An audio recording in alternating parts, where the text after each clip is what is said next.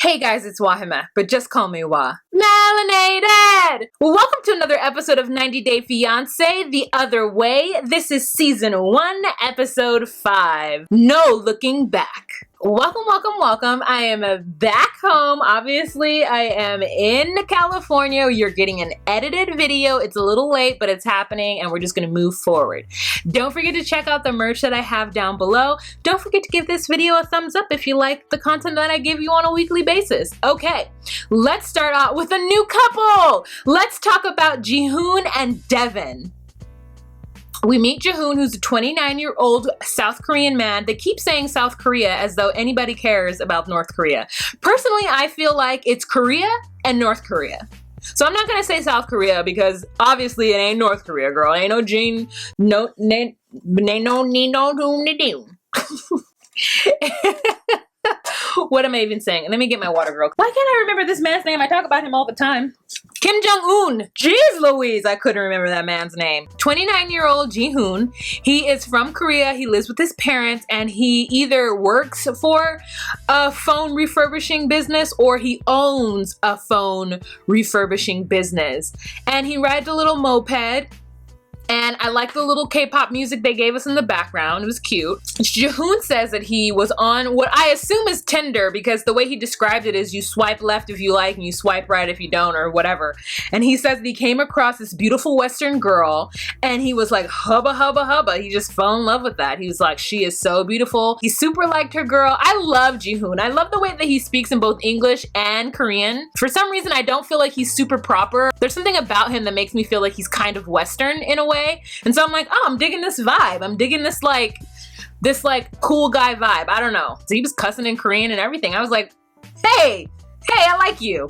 So anyways, he was talking about how he went to Utah. He was so worried about going to see her because he could have been catfish. He wasn't sure. He thought maybe he was going to lose an organ or two. Like he was going to get to the US and they were just going to like put a bag over his head and steal his organs, girl. But he took a chance and he went to Utah to visit Devon, and she was everything that he wanted her to be. She was beautiful, and they had sex, and like right before he left, found out she was pregnant, girl. And he's like, it's the shock of his life. He's just gonna marry her because, you know, that's what you need to do. I think that he is just really interested in this hot ass American girl. She is a 22-year-old American who lives with her parents in Utah.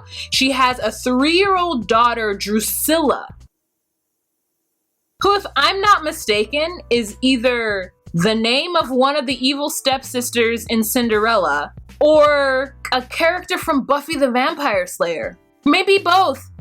But Drusilla? It was a choice. A choice was made. She doesn't look like a Drusilla. Devon looks more like a Drusilla than anything. But okay, girl. And the child, I have to talk about this, and I don't like to talk about people's parenting. I don't like to talk about that because I feel like it's deeply personal and it depends. But like, for Devon to live in a multi-generation household as I do, and for that child to be as buck wild as she is like, I mean, my nephew was a little wild, right? But like, we can take him out. You know what I'm saying? Like, he gets in public and gets real shy. Here's my thing. If you want to let your child be buck wild, that is fine. The problem is when you get in public and then that buck wildness affects everybody else. Like, and when I tell you the child is buck wild, I don't mean that she's rambunctious, because that's what Devon says when she talks about her daughter. That child is feral. She is buck wild. She has no home training. They have decided to not train her. The child was standing on the breakfast table, full on standing and like perusing it. Not just like, ha, camera crews in the house, I'm gonna act silly and get on the table. That little girl has been on that table several times that day, several times that week, and is gonna continue to stand on that table. And then her mom's like, Drusilla, get down, baby, you're scaring me. And Drusilla's like, okay. And she gets down and then gets on her mom's lap and then stands on the kitchen bar thing.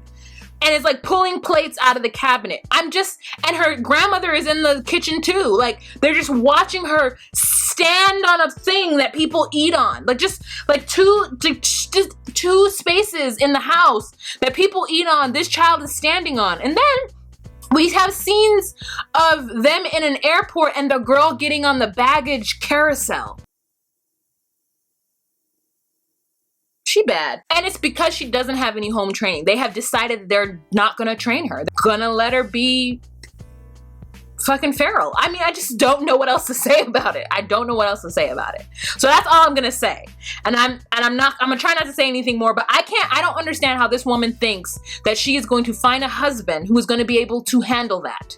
Because that is a very specific style of parenting that most people would not be comfortable with. Because that means that you can't take her anywhere without her jumping on people's shit and breaking stuff. Like, that is what that equals.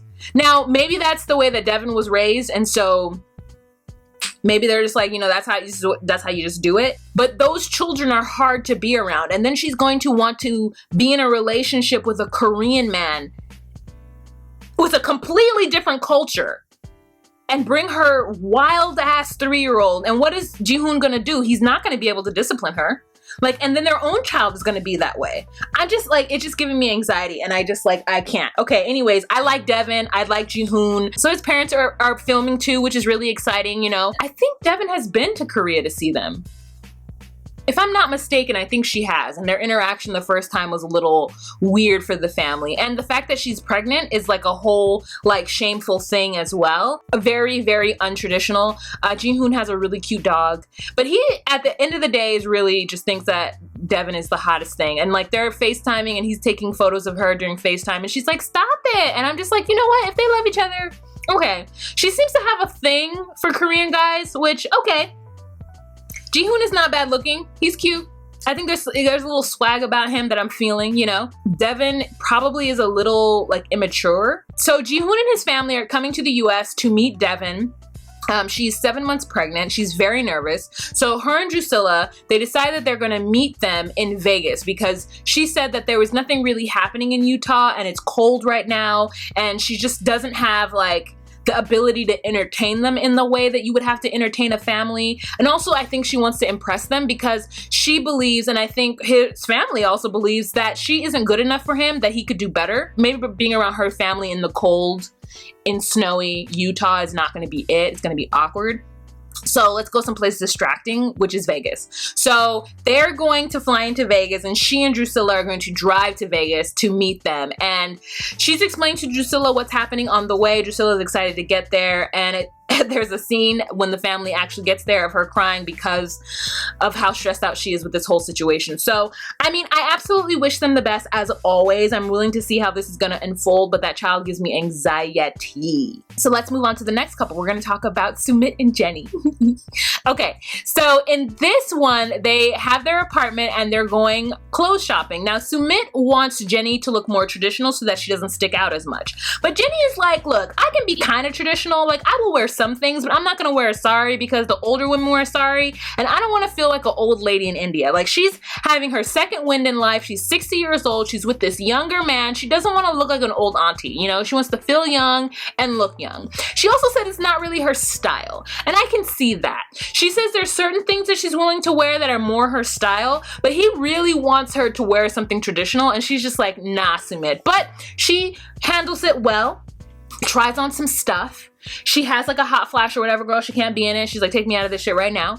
They take her out of it, and that's really the end of their segment. But it seems like there is a little bit of a tug of war when it comes to those things, and I think just Sumit is just having a hard time with the fact that this is going to go to a head at some point, and maybe he's trying to gear her up and maybe show to his family, like, look, she's willing to put herself into Indian culture. Like, he's trying to control certain things, and again, I love them as a couple, so, you know, it's fine. And she's just like, I just really love Sumit. I'm an American at the end of the day. American women don't like to be told what to do. And I was like, you know what, Jenny?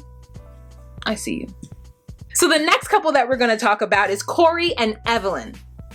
Girl, I do not listen. I have unfollowed a lot of people who talk about 90 Day Fiancé. In fact, I've unfollowed the hashtag 90 Day Fiancé because I be getting too much information, too many spoilers. Like, girl, I just want to watch it.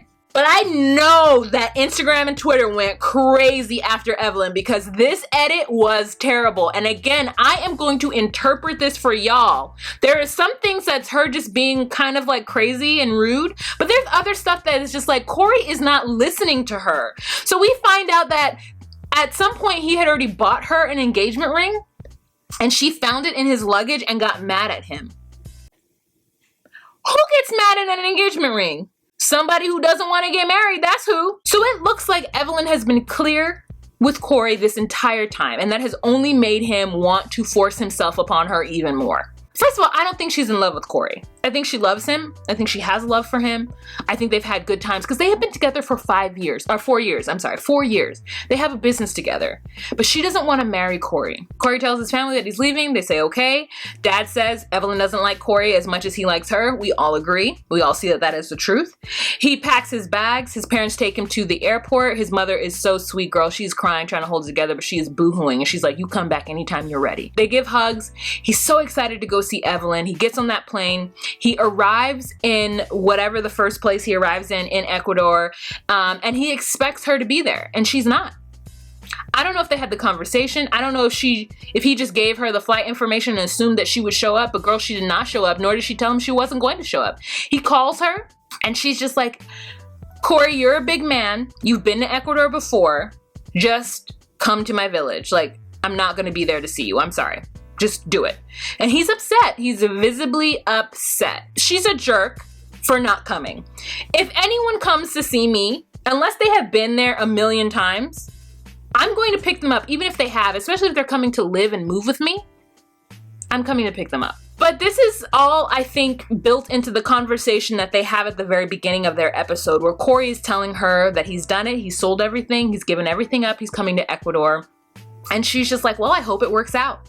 And he's like, well, I need a little bit more vote of confidence from you. And she's like, I can't tell you what's going to happen when you get here, but we're going to try. We're going to do our best. And she's like, well, that doesn't make me feel good. And she's like, well, what do you want, Corey? You want me to like light candles at your feet and call you a saint for moving to Ecuador? Like, this is your choice to move to Ecuador. I didn't tell you to move here. You're saying that you want to move here. And he's just like, yeah, I know. And I'm just like, oh my God. This is what I think happened. I think she never wanted to come to the US. She never planned on coming to the US. She just always wanted to live in her surf village in Ecuador. And she was like, that is what I want. And Corey was like, you should really try it in the US though. Like, you should really try it. You should try a US food. You should try living in Washington, and you should try being Mormon. And she was like, no, none of the above. So then he's just like, well, come to the US for 3 months and see how you like it. Then you can go back whenever you're ready. And she's like, okay. So she came to the US for 3 months. And then she gets there, she hates it, and she says, look, if you want to be with me, you're going to have to move to Ecuador because I'm never living in the US. And so then he says, in his mind, I want to be with her, so I guess I have to move to Ecuador. That is not her saying, I'm going to marry you when you get here, we're going to have kids when you get here, and we're going to have this life when you get here. She's saying, if you want to be with me, if you want to remain in a relationship that isn't long distance, then you are going to have to move to Ecuador. And so he does that. And he's now again planning on asking her to marry him. And we have heard her loud and clear, and it's Corey who hasn't heard her. She's like, he needs to come here, learn my language, learn our customs. Like, I'm not interpreting for him, okay? He's gonna have to learn Spanish, period, point blank. And I'm like, good for you. Good for her. She's being honest and telling him what she wants. Now, her not picking him up from the airport was a dick move. Like, that is like, to me, like, come on, girl, really? Really? You're not gonna pick him up from the airport? That's messed up. That's messed up. But everything else, him moving to Ecuador for her, that is on him. He's a grown man. So the next couple that we're going to talk about is Ronald and Tiffany. Okay, so Tiffany and Daniel have just landed in South Africa, and Ronald's cute little mother is at the airport with flowers and at least balloons. I don't know, flowers. She's there waiting for them. She has a sign for Daniel. Daniel runs up to her, gives her a big hug. It is so sweet, you guys. Like, his mother and Tiffany have such a good relationship. Tiffany says that the last time she was there to visit, something went down with Ronald, and so they only had each other to lean on. And so I think that his mother thinks that Tiffany is like a great thing for him, which from her perspective, I can see that's true. I'm still worried about Daniel. His mother had a shark for Daniel. Like, that was so sweet because we know Daniel loves sharks, and it was just great. It was just such a really great moment. He's really excited to try candies. They get into the car and they drive to the home, and the next morning they're gonna go pick up Ronald from rehab. So the next morning they pick up Ronald from rehab. Daniel runs up to his dad. Hurts me every time he says it. Runs up to Ronald, gives him a great big hug, and is like playing and having a good time. He's excited. His mother is like, oh my God, Ronald looks so great. Tiffany says Ronald looks so great. Ronald doesn't hug his mother at all on camera, which is a little awkward. Like, I wanted to see like his reaction to his mother, but okay. Maybe we didn't see it. And then they have a conversation with the rehab guy who owns it or runs it or whatever, right? The counselor. And the counselor says, you know what? This is still an ongoing issue, Tiffany. You're still gonna have to help Ronald through this. You're still gonna have to help him manage it, because if he gives up gambling, that doesn't mean he's done being an addict. It can take on another name. It could be alcoholism. It could be porn addiction, sex addiction. It could be other things. So you really just have to be there for him emotionally. You have to be there to support him. And hearing all of this makes me go, Tiffany is a better person than me, because I could not do that for someone unless I had already loved them pre-addiction. I could not do that with somebody. I think really alcoholism is the only thing I might be able to like work with somebody with. They'd have to be clean for a year and then be in therapy to know what their triggers are and really be about that sober life. You know, like really be about it for me to engage in a relationship. Because I really do think that people who are getting sober don't need to be in a relationship that early on in their sobriety, because there's a lot that goes on in a relationship that can trigger you. And then you have to emotionally be there for somebody else when you can't even emotionally be there for yourself because you're used to like covering up your feelings with a substance. Anyways, that's where I'm at right now. I'm still a growing person. I'm not saying this is me forever in my life. And I'm not saying I'll never love somebody who's an addict. I'm just saying like, so yeah, I'm worried, she's worried, we're all worried, and we just, girl, hope for the best. I mean, we hope for the best. Did we talk about Laura? Did Laura and Aladdin, were they in this episode? No. So that is it for this episode of A 90 Day Fiancé The Other Way. I think it should be called 90 Day The Other Way because it goes better, you know? So that's it for 90 Day The Other Way. I'm really in love with this show. Guys, I really like Love After Lockup. It's HEA that's getting on my nerves. Like, Happily Ever After, I could just be done with it right now. But we're gonna forge through because we do have Before the 90 Days, which is coming in August. You guys, Angela and Michael are back. And then there's new couples. Ah! The dream. All right, you guys, so don't forget to check out my merch down below. Let's have a kiki and a conversation in the comments section. Remember to be you, be true, and find your place. Bye.